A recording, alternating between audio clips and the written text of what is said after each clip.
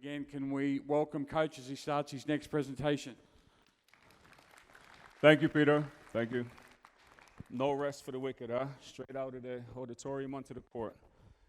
Okay, just before I start, I want to manage expectations, your expectations of what we will deliver here today, and also the expectations of the players. So I've never coached these guys before. I've never seen them. So I'm not going to come out here and do a series of drills.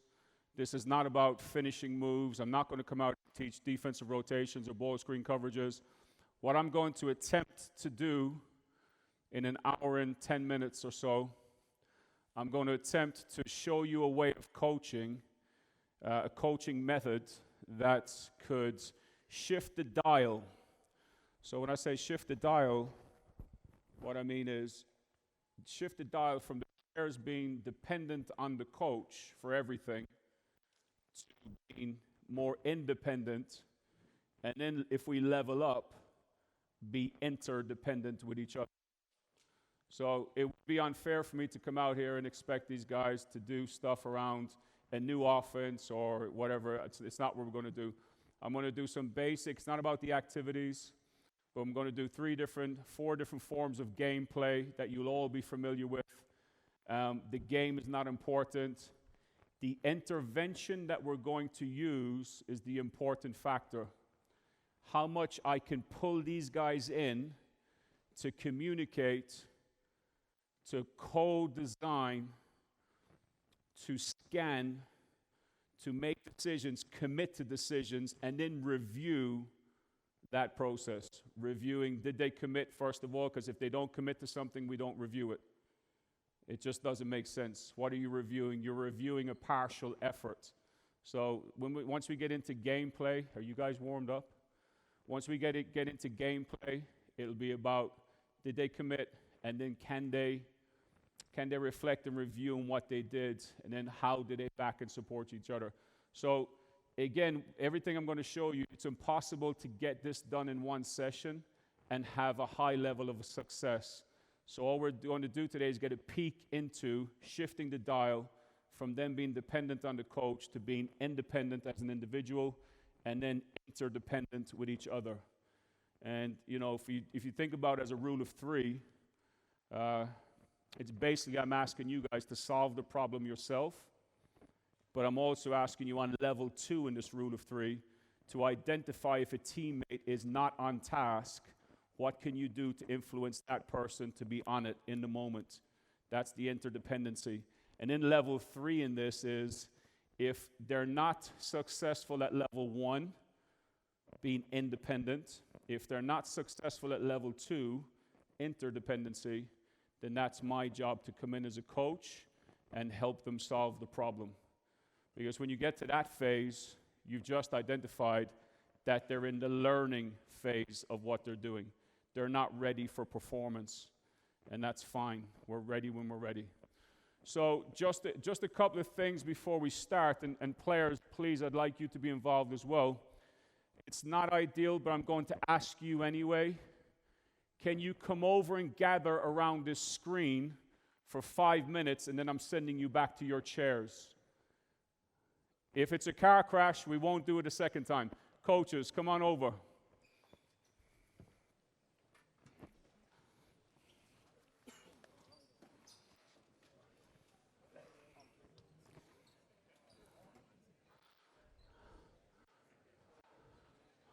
All right, you might need microscopes or binoculars or elevated stands.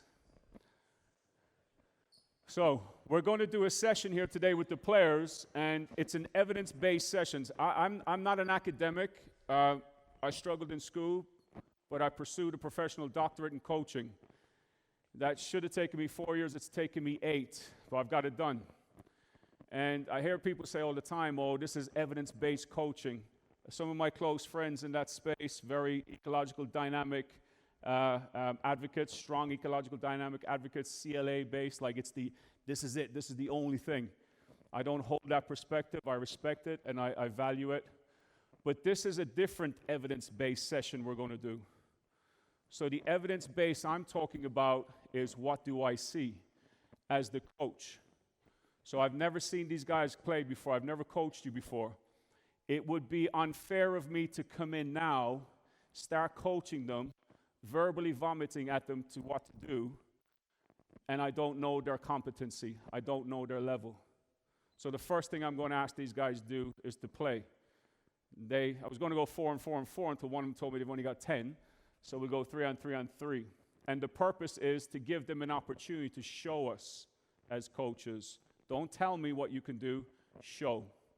Now, I asked Robbie before I came here, I said, Robbie, what have you guys covered in the last 4 weeks? I didn't get a detailed enough answer to hold on to that. So I'm going to make my own perception of it. And I didn't ask a good question, Robbie. It's not about Robbie. It's about the question I asked when I reflect back. But I'm going to ask you in a moment, as you watch these young men play, 3 on 3 on 3 continuous, for about 3 or 4 or 5 minutes, I'm going to ask you to take notes as a coach. And I'm going to ask you to write down what are your observations with what you see. But I want you to put it into 2 categories. One is the hardware. The other category is the software. Hardware is technical, tactical. It's all the content we coach. The software is everything that's not the technical and the tactical. It can be whatever you want it to be, but it's not tech-tac. It's not physical. It could be other stuff. Okay, communication, connection, interdependency, the player-to-player interactions, so on. So I won't say too much because I don't want to filter these guys. But as you watch them play, what are you noticing? Now we're going to start the practice with evidence where they're at. So take this concept now. This is just for today, but take this concept and ask yourself, how do you start your practices, and what is the justification of why you start your training sessions, your practice sessions, the way you do? What is the value? Would you be able to tell another person? I'm not going to put you on the spot. I just want you to think.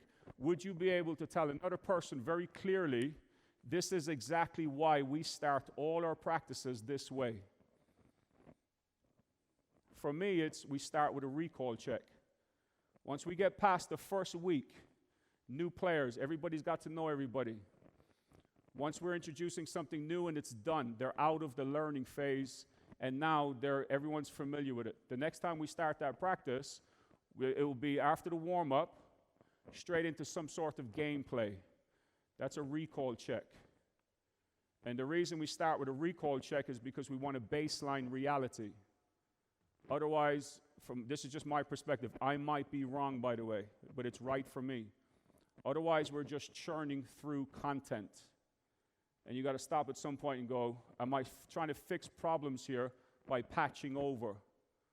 Because we didn't rebound well the other night, so we start practice with rebounding drills. It's not a magic wand. So I believe in starting every practice with a recall check. It could be some sort of gameplay, 1v1, 3v3, all the way up to 5v5. It doesn't have to be 5v5 play. But are you clear on what you're checking for recall? Basically, what can they retain from the previous sessions that you've done? What are they showing you? Not telling you, because that's a false recall. Can you remind me of what we covered the last 4 weeks?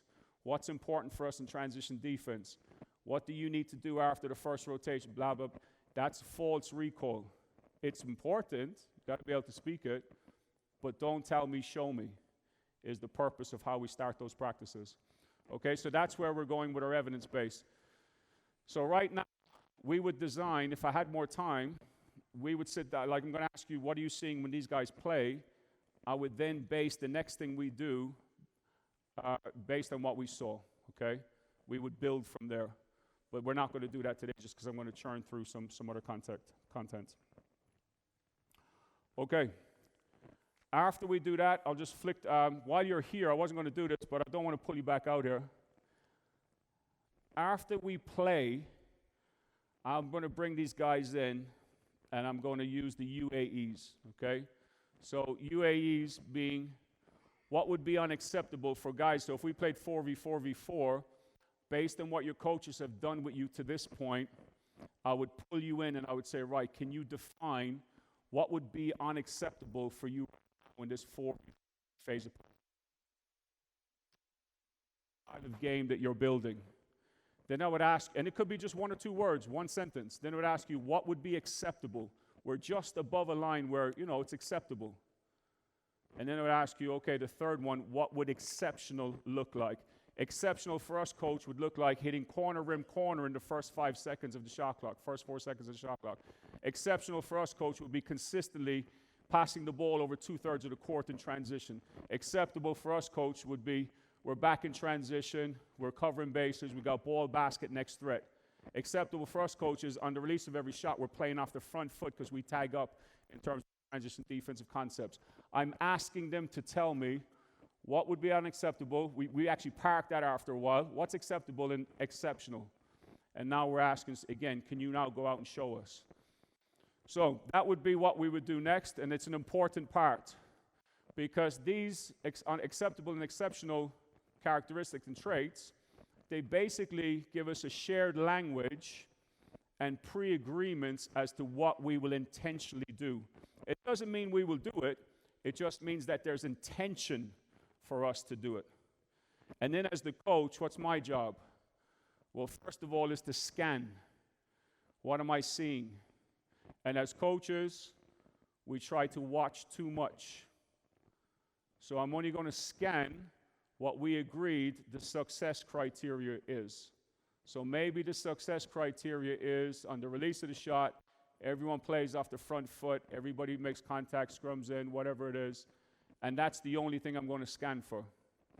Now, if you have a assistant coach, they can have secondary things that you scan for, but as a head coach, that's the one thing I'm scanning for. As we get past a certain point where they're in performance, then we can move on to the next thing. And this is why I talk about coaching through a place of care.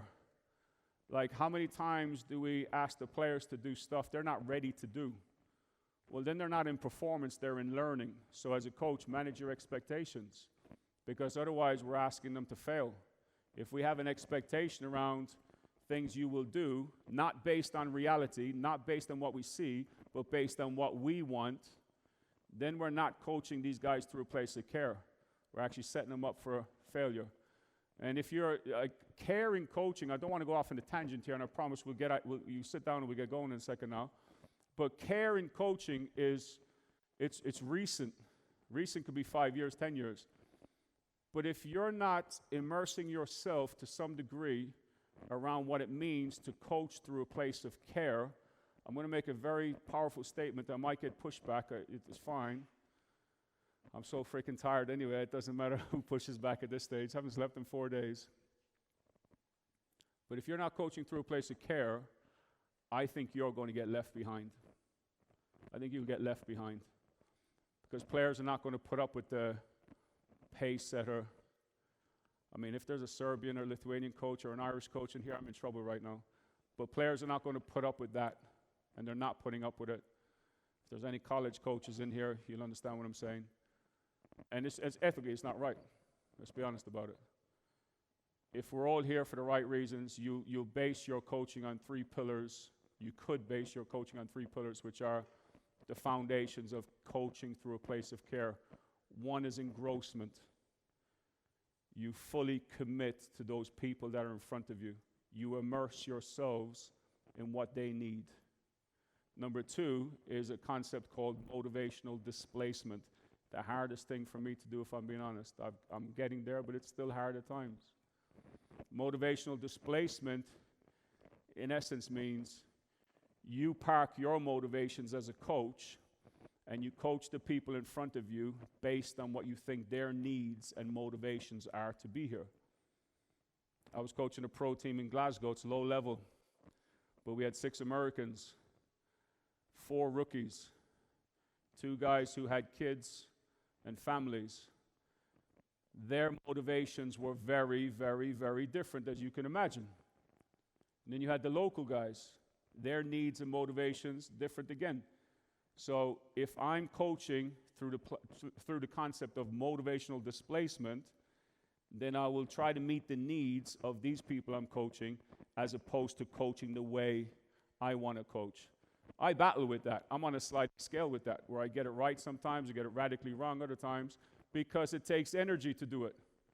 It's emotionally, we were talking about a coach, I saw Brian a moment ago, is emotionally laborious. Like, when you care about people, this is labor. It takes energy. It's so much easier just to go in there and pace it and do as I say. And I believe that there's a time for that as well, by the way. I think that there's a time for that. But I think the master coach, the good coaches move along a scale, a sliding scale, and they understand when to be the pace setter, when it's necessary, when the player needs it, but they also have an understanding of when the player may need you to pull them in and give them a voice and a choice in this. I think it's a difficult space to be operating along, and I think takes a lot of time. But the first thing it does is it takes intentionality around getting to know your players. And actually a step before that is the intentionality about getting to understand yourself. Like how often do you, like I said to you upstairs, how often do you watch yourself coaching to get a deeper understanding of who you are as a coach and how you're coming across to people? Difficult, very difficult. Okay. Right, let's take a seat. Let's get these guys going.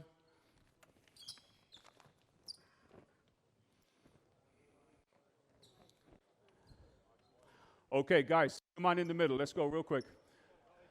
Come on in, guys. Let's go. Let's go. Are you guys warm? I just need one, Robbie, please. Thank you. Are you guys warm? What's up, man? I'll catch up with you after. Can we split you guys into two groups? Yeah, if you don't mind. So we're not going to do the 3-on-3-on-3 stuff. We stood over there too long, so we scrapped that. I just need you in two groups. We're going to go 4v4 half court. 4v4 half court.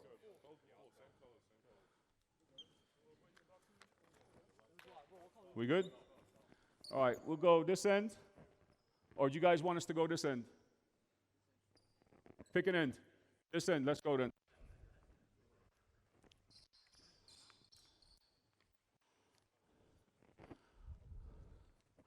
Okay, guys, come on in. Let's go real quick. Let's go. Come on in. Come on in. Okay, see, that's not bad. I'm trying to set them up for failure. The first thing that I would measure is, like, how do they come in? So if you guys get called in, like it's a bit like subs or whatever, like high-performance teams get there first. So their identity can be an identity, we get there first.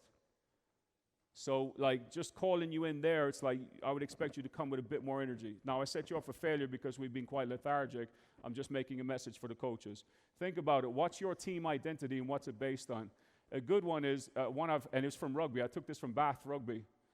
Mike Ford, an outstanding coach. He built a culture in his team where their philosophy was, we get there first. And it meant that every time they had to do something, they were getting there before the opposition. So for us, it could be if you're switching screens and you're a contact switch team, you make contact first. Transition defense, we get back first. Transition offense, we arrive to the attack zone first. We get there first, okay? So let's be ready to move to there, and I'm going to stop and start you, but let's get there first, okay? 4v4 kick-out shell. Here's what I want you to do first of all. I want you to establish between you right now what's the success criteria. I'm literally going to give you 1 minute, okay? Now, the minutes here turn into 30 seconds because Peter Lonigan has squeezed so much into one day that minutes are not actually minutes, right? So you have a minute to tell me when you come down here to the baseline, what does success look like for you on defense? On defense. So now you give me an opportunity to scan you. You guys got it? 1 minute, really 30 seconds. So I'm just trying to bring them in and ask them to set the success criteria. You know, if Robbie was to do this, he's coached them for so long, he already knows. So it might be a case of just remind me what does success look like for us on defense. Guys, your time is up. Let's go. Come on in. All right, let's go real quick. Give me 4 guys around the charge circle. 4 guys. Give me 4 guys on offense. Here we go. Hurry up. Good. Okay, you guys face me. All right, what's the success criteria? Say again, please. Call your job. So communication. So we should hear a lot of communicate. Call your job for all 4. Okay, well, this is a great one. This is an easy one to measure. One more. See man and ball. So you're talking about positioning off the ball. Okay. All right, so we're going to stop there. So they've identified that success criteria.